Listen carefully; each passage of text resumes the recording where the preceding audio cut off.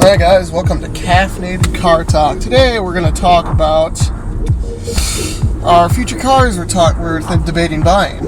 I know in earlier videos we kind of said we're going to keep it hidden, but we kind of decided to reveal it, and hopefully you guys leave some comments and tell us what you think about it. So,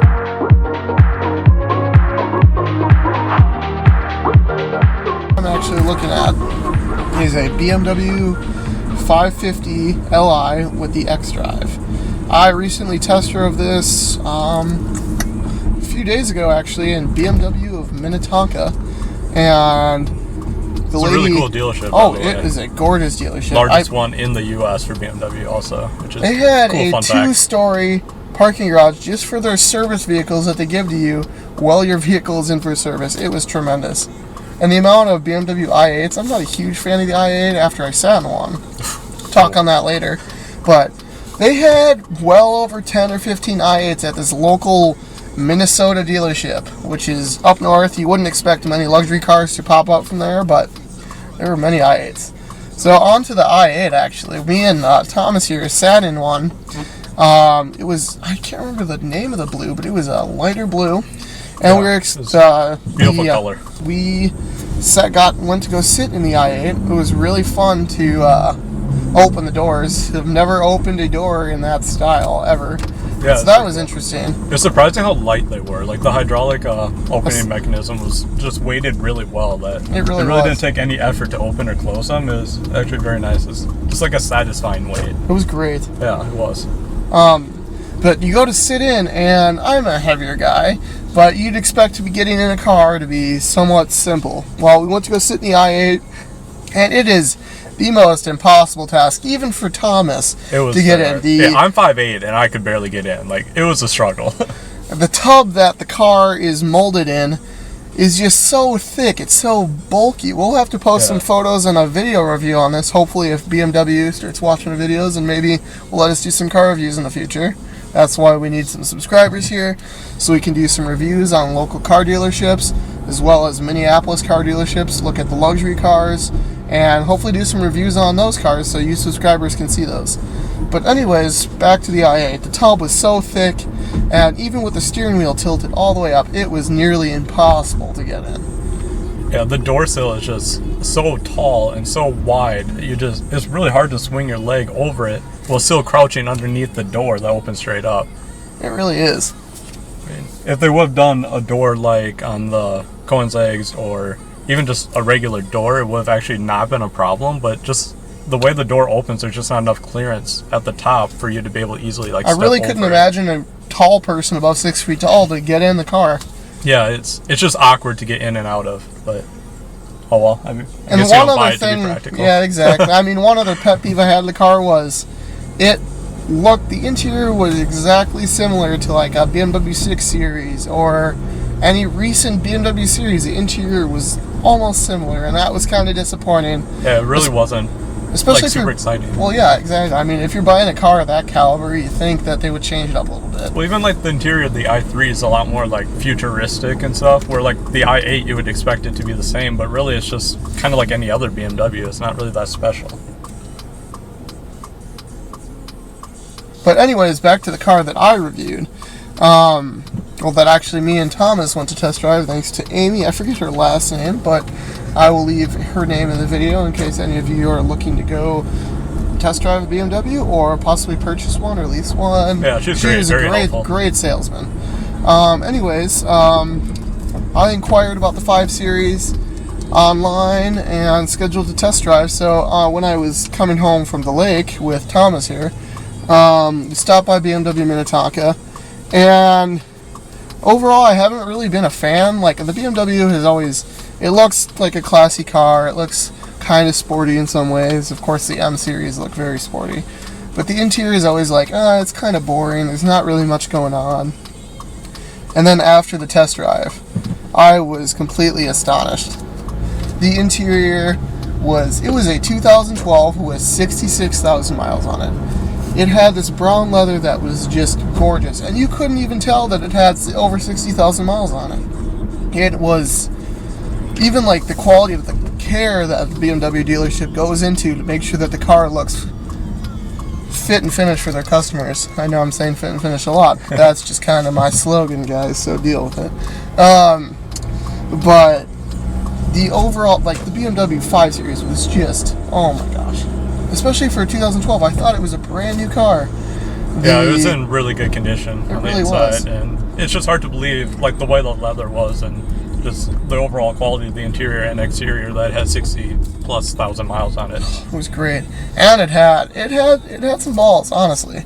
It was pretty fast. It was a twin turbo V8, 4.4 liter, I believe. 4.4 liter, making roughly 400 horsepower and 450 pound-feet torque. Of course, that's at the crankshaft and not at the wheels, so of course numbers are going to drop a little bit, especially with that X-Drive. But even going on a test drive with it was just phenomenal. Amy told me to take corners that I was not following the speed limit exactly, but she told me to take these corners and these turns at certain speeds that you think the car would not be able to perform at, and it did 10 steps above that. It was just great.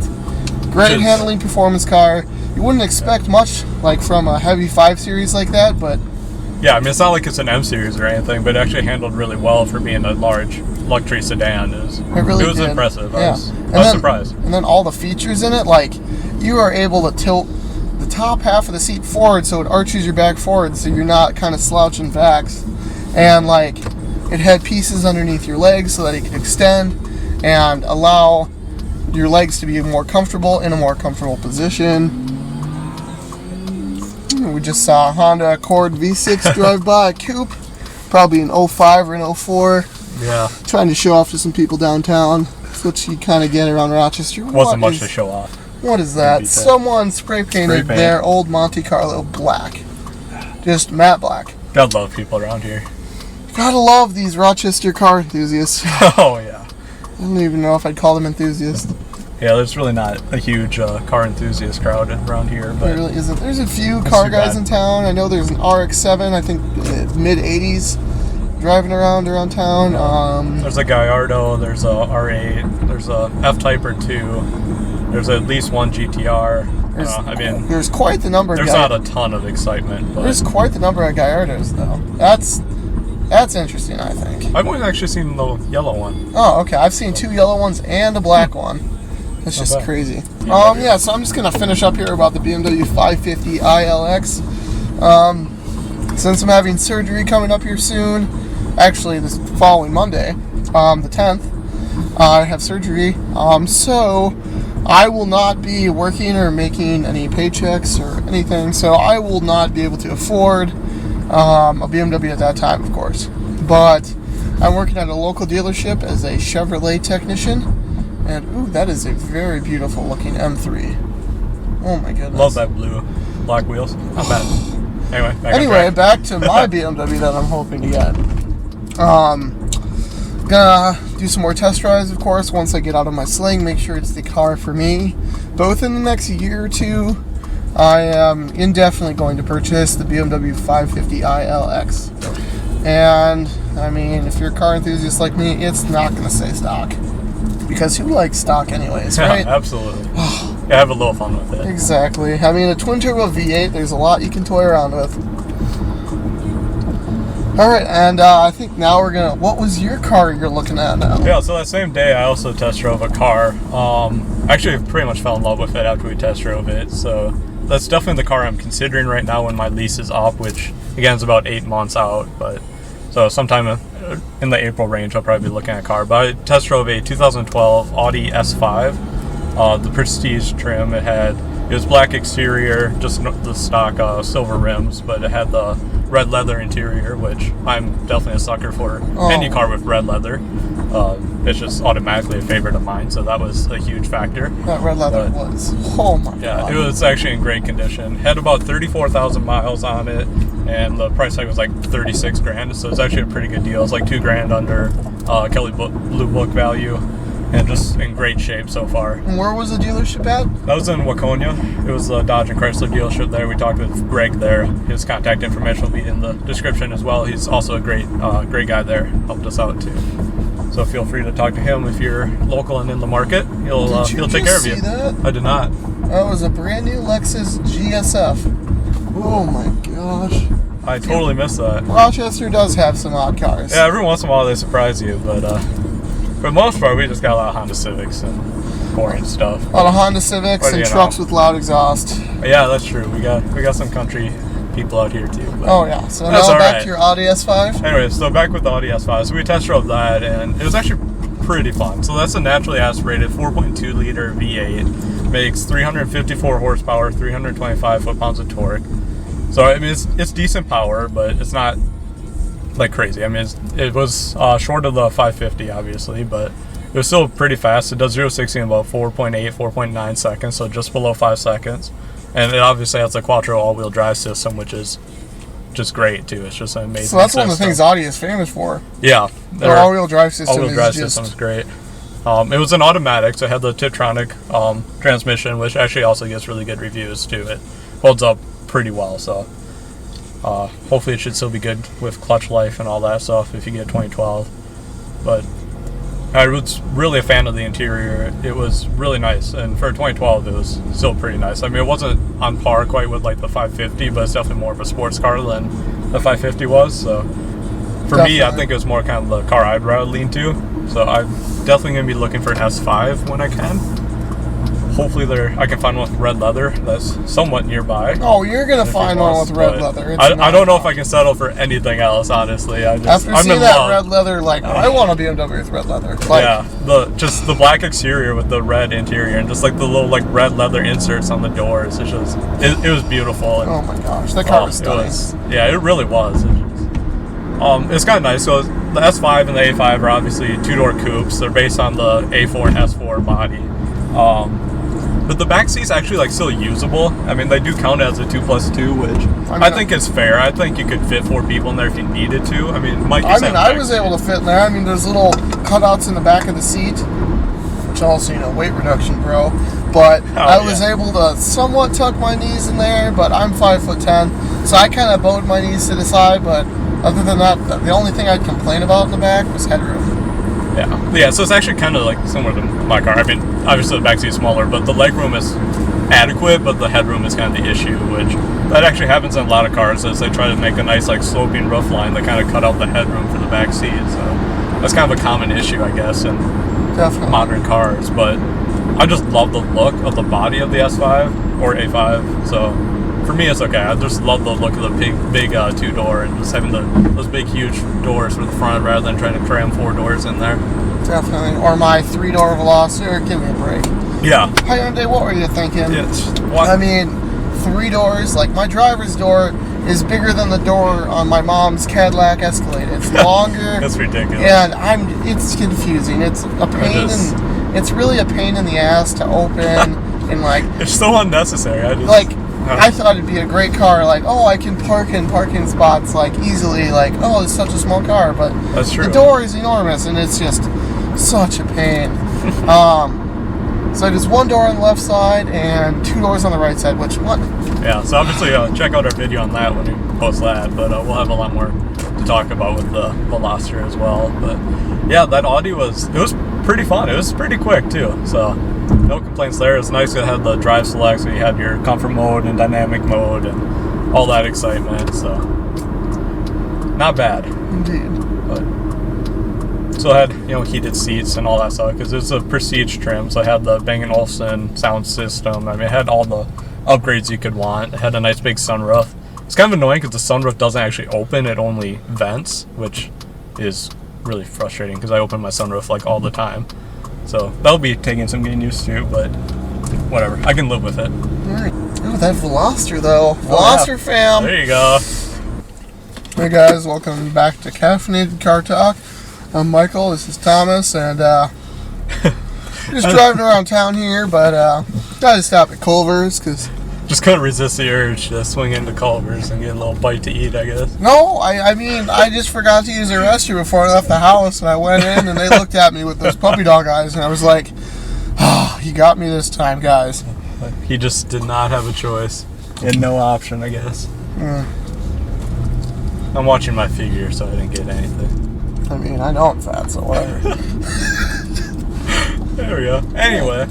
One other topic we wanted to talk about here in our Caffeinated Car Talk It's recently I went to, about a month ago, I guess I went down to Milwaukee, Chicago area. While I was down there, we went to Forest Lake Supercars, or excuse me, Forest Lake Sports Cars. It's a nice dealership here on like the north side of Chicago. They have, it's mainly a McLaren dealership, but they have a lot of Ferraris. They have a couple Aston Martins, they have some Bentleys, and just in the back corner, kind of like in the roped off area, they had an amazing selection of cars. Back there, the first car I saw when I walked up there, I saw the tail end of a Pagani Huayra with the full carbon fiber body. So that was my first time seeing a Huayra, so that was just super exciting, just incredible. And then we walk around the corner to see what else is back there, and right in front is a red LaFerrari, so another multi-million-dollar hypercar just sitting there, just incredible. It looks a lot better in person, I gotta say, too. The nose is actually really impressive in person. I really wasn't a fan until seeing it in person. And then behind the LaFerrari and in front of the Pagani Huayra, there's another Ferrari there. I could see the badge, so I knew it was a Ferrari, but I honestly had no clue what Ferrari it was. And then after I got home, I was able to look it up and figure out what it was, but it was actually a Ferrari Sergio. They were made in 2015, I believe. Maybe it was 2014. I can't remember the year now. But they only made 6 of them in the entire world. And they actually had one sitting there in the dealership, which was incredible. The sticker price when they made them was $3 million, but who knows what they're worth right now since they're so limited. So it's very cool to see those 3 cars sitting there.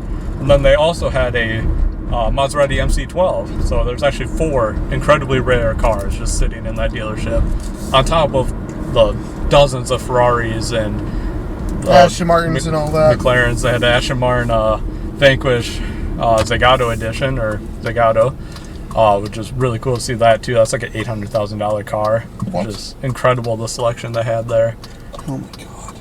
Yeah, it's very cool. They also had a 458 with the Liberty Walk like body kit there. That was a rally car. They had a Range Rover Sport SVR. They just had a bunch of really rare cars. It was really cool. Oh, there's a Jaguar F-Type behind us. Oh wow, that was me distractions. looking. Distractions, car enthusiast problems. Yeah, exactly. So I think it's just an S though. Yeah. But still, sounds good for P6. Indeed. I love the Jaguar F-Type. It is a great car. Yeah, that has beautiful body lines. Do you remember the designer of it? Do you remember his name? I do not. Oh. But he has got a lot of recognition for that car, though. It's so well respected, the design. It's such a phenomenal car. It is beautiful. And even for a V6, it just sounds so crisp, and it's just amazing. Yeah, they all sound beautiful. Jaguar has really done spectacular on the Jaguar F-Type, and all their cars recently, really, but... Yeah, I'm excited for their new cars. All their recent refreshes are pretty nice. Their new head unit has improved a lot, so that's really nice, too. Yeah, I remember being at the car show last fall up in Minneapolis. That was not... The head unit that was in that Jaguar XJL was just... It was a premium package on the Jaguar. I'm not sure what the exact trim level title is, but it was a great car, but the head unit really was the downfall, I think. Yeah, it just felt very outdated. I mean, it reminded me a lot of, I guess, kind of like the one at the Ford, but it's just not very responsive. But exactly. But well, that's right, because Ford did own it until 2013, correct? Yeah, and then they're sold to Tata Motors, which is actually a India-based company, but they have a lot more freedom and funding now to kind of make their own choices versus when they're owned by Ford, because in that time period, Ford was obviously struggling, as all the U.S. auto manufacturers were. Oh, okay. But so it's nice now that they have a little bit more flexibility again, as you can tell with their new models being like the XE and the F-Type that has come out since then, and several refreshes as well. Oh, definitely. And the F-Pace too. I forgot about that. Their first SUV, which I'm a fan of. Yeah, everyone's coming out with their own SUV. Yeah, I mean, Bentley has the Maserati Bottega. Maserati has, what's it called? I don't know. I'm blanking out. This is embarrassing. But look it up. Maserati has their own. Oh, it's the Maserati Levante. Yes. That's right. Yep. And I think that's being released in 2017 for purchase? I don't know. I believe so. I think it's around that time, 2017 or 2018. Yeah, the SUV I'm really looking forward to getting the hands-on experience with is the Tesla Model X. Look forward to finally being able to see one of those soon, hopefully. Oh, definitely.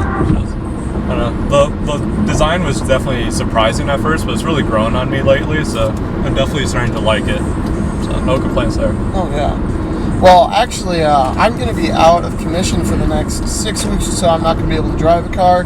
I will be able to do on occasion some car reviews, but I'm having shoulder surgery again from playing football in high school, so I will be a little out of commission for making videos then. But on the other hand, Thomas here will be here to support you guys. Yeah, I'll try to keep uploading a few, so don't worry. We'll try to get out at least one video a week, and hopefully more, so we'll see how it goes. And I actually, once I get out of my big brace from surgery, I am going to SEMA this year, again in Vegas, for SEMA 2016. I attended last year, and I was just astounded. The amount of work that everyone is putting into their vehicles at SEMA, the amount of time and effort, and the overall fit and finish of the vehicles, even the lifted trucks at SEMA that have the powder-coated suspension, is just insane. And like the thought that having a Pagani Huayra actually at the show last year, which was sponsored by GoPro, had a full carbon fiber wrap on it. As well, it had the carbon fiber body, but it had a carbon fiber wrap. That's interesting. Yeah. And it was, I've never seen a Huayra in person, and really to see it for the first time was just, oh my gosh, it's indescribable. Alright guys, thanks for watching our first Caffeinated Car Talk. We'll have more of these in the future, but be sure to leave some comments if you have suggestions on topics you want us to address in the next video, and be sure to like, comment, subscribe, and we'll see you next time. Oh, and also, any energy drink suggestions, please leave them in the comments. We're willing to try anything. Yeah, and as for a review on the Monster Energy Extra Strength Nitrous Technology, I think it was pretty good. It's pretty good. I'll give it 4 out of 5 stars. Yeah, I mean, honestly, it's not my favorite Monster, and it's not a ton of caffeine, but pretty good flavor.